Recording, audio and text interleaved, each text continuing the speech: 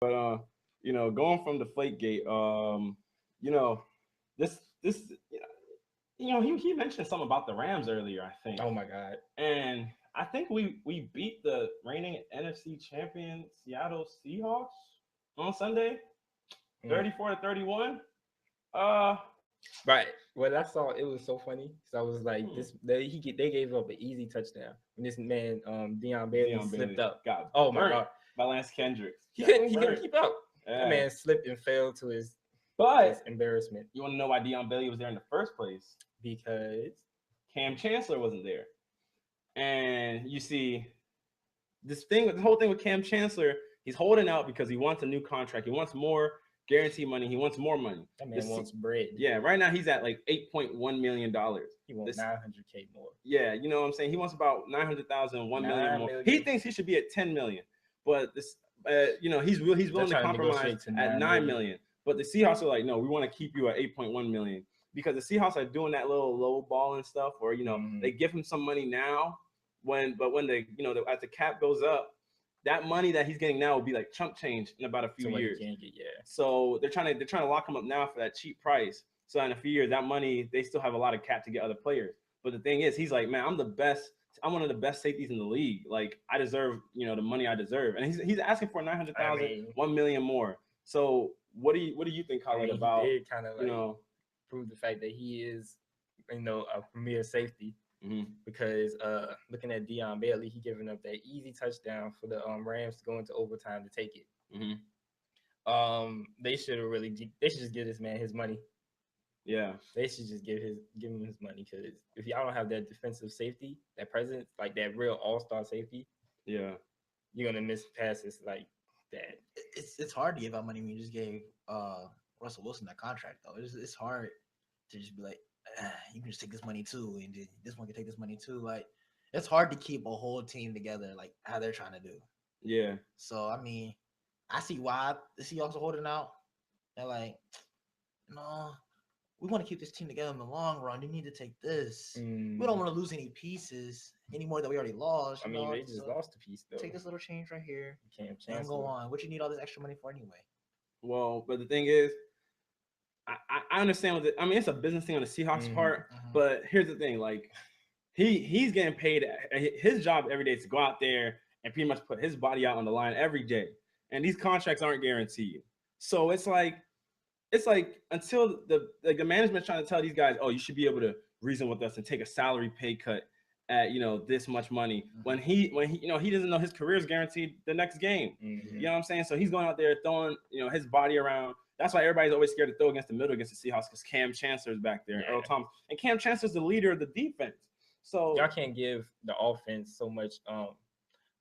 Give what you call Russell Wilson the offense increase in salary and not do the same for the defense. But see, that's different because quarterbacks are always going to get paid their money. Quarterbacks are always going to get paid their money. Yeah, like Ryan Tannehill got $100 million. Like he's not an elite quarterback. Yeah, so quarterbacks is going to get paid regardless. You just can't do nothing about that. Yeah, but it's just like you can't like this kind of have the next man up mentality when Kam Chancellor isn't hurt. And he just wants a great safety. Yeah, he just wants even I don't know if it was Richard Sherman or Earl Thomas, but one of them said he's the leader of the defense because when we beat them, they even acknowledge, hey, he normally tells everybody where they're supposed to be because he sees everything from the back because the safety is going to be all the way in the back of the defense, so he sees everything that's going on from back there. So he'll tell everybody, hey, you need to be here. You need to go cover this person. Like I see this person, the running back's about to come open for this and that. So he tells everybody this stuff. And without him there, you have a rookie out of USC and Deion Bailey who's doing all that stuff. And that's a big responsibility for someone like that. In the safety position. Yeah, and you're asking him to cover Lance Kendricks, who's actual, a versatile tight end for the Rams. And then, he gives up that game-tying touchdown. He slipped and fell to this. And then the whole game, really, until the fourth quarter, the Seahawks couldn't stop the Rams at all. And the Rams defense was, holding the Seahawks. So it's like you wonder how different the game might have been with Kam Chancellor there, because you saw the result without him there. And then funny enough, the Seahawks scored 31 points. Kam Chancellor's number is 31.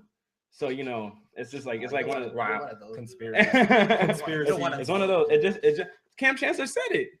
He said it. He was like. So you and Kam Chancellor one of those.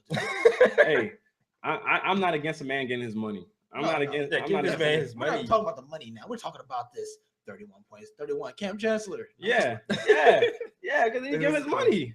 I mean, if he's out there every day smacking people, making people actually be scared to come across the middle, like I heard Michael Irvin say yesterday, he was like, back in the day, people hit you so you lose the ball. Mm-hmm. So now with all these rules in place, people are hitting you, but they're hitting you so in a safer way. So you don't get a concussion or something like that. Kam Chancellor hits you, like when he hits you, you have to have courage to get hit. Like you have to have the pride and be like, okay, I'm gonna take this hit from Cam, but it's gonna rock. That's why Julian Edelman in the Super Bowl, he took a lot of hits from that man Cam. He had a concussion. He was a little his helmet hits. Yeah, he was taking hits, and his head was a little bobbly after all them hits. So you have to really be. It's a difference when you have Kam Chancellor back there and Deion Bailey back there, because people are scared to throw across the middle. They're scared of Kam Chancellor making a play on the ball because he's such a smart safety. And the combination of him and Earl Thomas, nobody in the league has anything like that. So it's like with him, they're undoubtedly a playoff team that might make a run to the Super Bowl. It might beat the Cowboys on the way there. And but the Rams won't be there, so don't fire shots. So. How do you know if the Rams will be there or not? Because you're the Rams. Because we're the Rams. You're the Rams. That sounds. And you're the Cowboys. Hey, we make playoffs. You made the Cowboys. You made the playoffs and lost. lost. And we won games though. And lost. Hey, a lot of teams lose. What was the key word in there? Lost. Peyton Manning lost. Peyton Manning. Andrew Luck. Who was talking about Peyton Manning? Wait, who was talking about Peyton Manning? Who cares about Peyton Manning? Aaron Rodgers lost. Aaron Rodgers did. Aaron Rodgers did lose. A lot of teams lose. It doesn't matter. Everybody can't win. Everybody can't win, but all that matters is the winners. All that matters is if you got to the Super Bowl and if you're a winner. That's it. Everybody be like, okay, the Seahawks are the reigning NFC champions. They won something. They were NFC champions. Hey, they got something.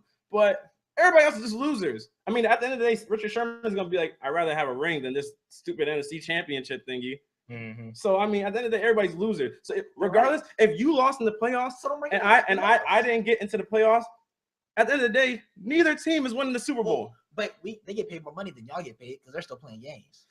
No, wait. The Cowboys make more money than anybody else in the league because they're America's team. No. They're the richest team in the league. So it's not act like they're just richer than the Rams. They're richer than the Patriots, richer than the Steelers, who have more rings than the Cowboys. So let's not act like this money thing. Oh, they're getting paid more because they got to the playoffs. You're also paying a lot more because you got to pay for the the utilities to run a game in the playoffs and everything. You get money back from the fans come out. The 100,000 fans always appear. Not every game. Let's not boost. No, it's not. Our league's always sold out. No. AT&T Stadium. AT&T Stadium is always sold out. No, it's not always sold out. I have seen some Cowboy games where I just look at the crowd. Even Jerry Jones said it. He's like, we need more fan attendance. He said even Jerry Jones said it because y'all would suck at home. Y'all suck. Y'all were garbage at home. Yeah, you didn't mention the Khalid where your losses came from last season. Yeah, you didn't mention him where your losses came from. 8-0 on the road. I mean, obviously we lost at home. Yeah. You lost at home, but now you're trying like, oh yeah, our fans are we're good away. Yeah, we got Seattle Seahawks type fans. We're the best fans. So they're not as loud. We do though. What did you just say? We have more fans come to our games than Seattle Seahawks does. Our stadiums are way bigger than Seattle.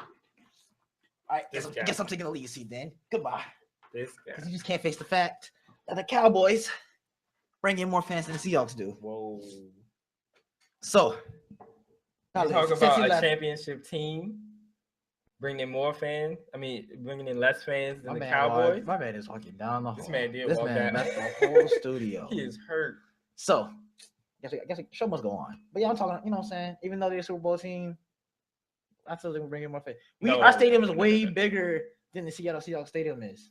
Don't mean y'all bring in more fans. They do bring in more fans. There's not enough seats to hold them. We have like luxury suites now for people.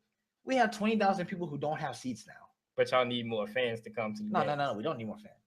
And Jerry Jones and logic, we need more fans because Jerry Jones is all about the money. He's all about making more money. If we can only hold 100,000 people, he wants 150,000. That's just how Jerry Jones is. But what we look like on time? We still good. Right. We got one more topic. Yeah, we got one more topic. So this Floyd fight, Floyd and Berto. This Floyd Berto fight. What? Come on now. What do you think? Floyd, he did a good job. He did well. He took out Berto. He was very aggressive. Hit him with them uppercuts, them jabs. Berto, sad to say he lost. And Floyd, after that fight, retiring. Welcome back. I cannot believe Welcome this back. dude had the nerve.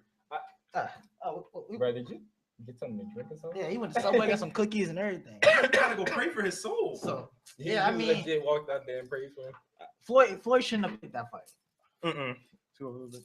Floyd. No. Matter of fact, I'd say that he should do one more fight. I mean, 50, always looks better than 49. Exactly. That's what That just looks. Come on, that looks beautiful on paper. 50, it's 500 without the dash. I mean, without the Hey, but let's talk about that fight a little bit. I Yeah, actually have some That's stats pulled up about this man. How unfair of a fight it was. All right, Mayweather landed 57% of his punches. Berto landed 17. Of his power punches, he laid 60. Mayweather landed 68%. Again, Berto 17%. so you're telling me this man is This man got dominated. See, 50%, more than 50% of his punches. Yeah, Oh my easily. god. It's like the first half of the fight, the first That 6 was rounds so was. one-sided. I mean, basically. I mean, that's how all his fights are, though. Apparently. Mm-hmm. I mean, we can talk about that Pacquiao fight, but Right, that's what I'm saying. Like, but I mean, because obviously everybody wanted Mayweather Pacquiao too. That's what they wanted for the final fight. And since now the question is it really the end? Because his Showtime contract expired as well.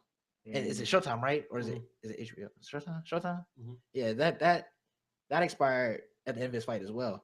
So basically, I mean, he can sign a new contract with somebody to show his fights, but right now he has nobody to show his fights with. So is this really the end? Somebody was signing. If he really wants to go fight, someone's gonna sign.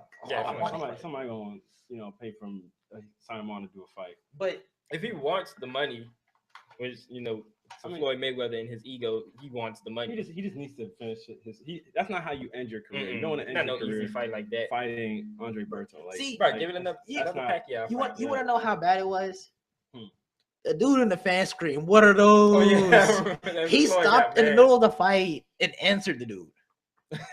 He answered the dude in the middle of the fight. That's how you know that fight was pitiful. That's very disrespectful. Yeah. That man said, I got time to address a fan. Exactly. Yeah. Then to worry about you. That's what you just got to kick him, yo. You so disrespect. You just got to kick him now, yo. You just got to do some stuff right there. That was one of those fights that Floyd just booked just the book, and then he built it up with exchanging smack talk with Ronda Rousey. So it's like that's how you could tell the fight was. What's so funny is this fight coming right off of Pacquiao. This man waited so long to fight Pacquiao. He just goes right into another fight. Yeah, and then a so much easier fight. Way easier. You could tell this fight was just nothing because nobody even knew what was going on. Mm-hmm. Like nobody. Like, if you ask half the people, they're like, Floyd fought yesterday. Like a Mayweather and Berto fight is on. Yeah, really? Floyd fought yesterday, but I see the highlights on ESPN. Right. I'll save my money and just watch the 20-second clip on ESPN and see how Floyd just danced around him and did the Muhammad Ali shuffle on him. That's so disrespectful. That man hit the whip, the nay-nay. Yeah. Hit the stanky leg. Right. All on this man's face. And the dolphin. Hey, shout out to him. That's the dolphin, though. Oh my God. But hit the quan. Yeah, right. Oh my God. Could have brought Chris Brown out there and started dancing. Right. Oh, stop. I mean, he would have had time. Oh gosh. But y'all, that's gonna wrap it up for today's show. Thank y'all for tuning in. Do you think he should go for 50? I think he should go. Yeah, I think he should go for 50. I thought it was against Pacquiao. Yeah. Oh, okay. Yeah, he probably should. Fully healthy Manny Pacquiao. But that's gonna wrap up the show. You should give him the second fight. But that's gonna wrap up the show. Thank y'all for tuning in. Follow our Twitter page at KBR_sports. You can also check out past shows and our past segments on the KBR Sports YouTube channel. And we'll always be on 10 a.m. to 11 a.m. on Tuesdays and Thursdays. And thank y'all for tuning in. And first show of the semester. Another one coming up this Thursday. So for all y'all that are watching, thanks for tuning in, and we'll check y'all. Tell your friends Thursday. to watch. Plug us. Hey, money next. And on that note.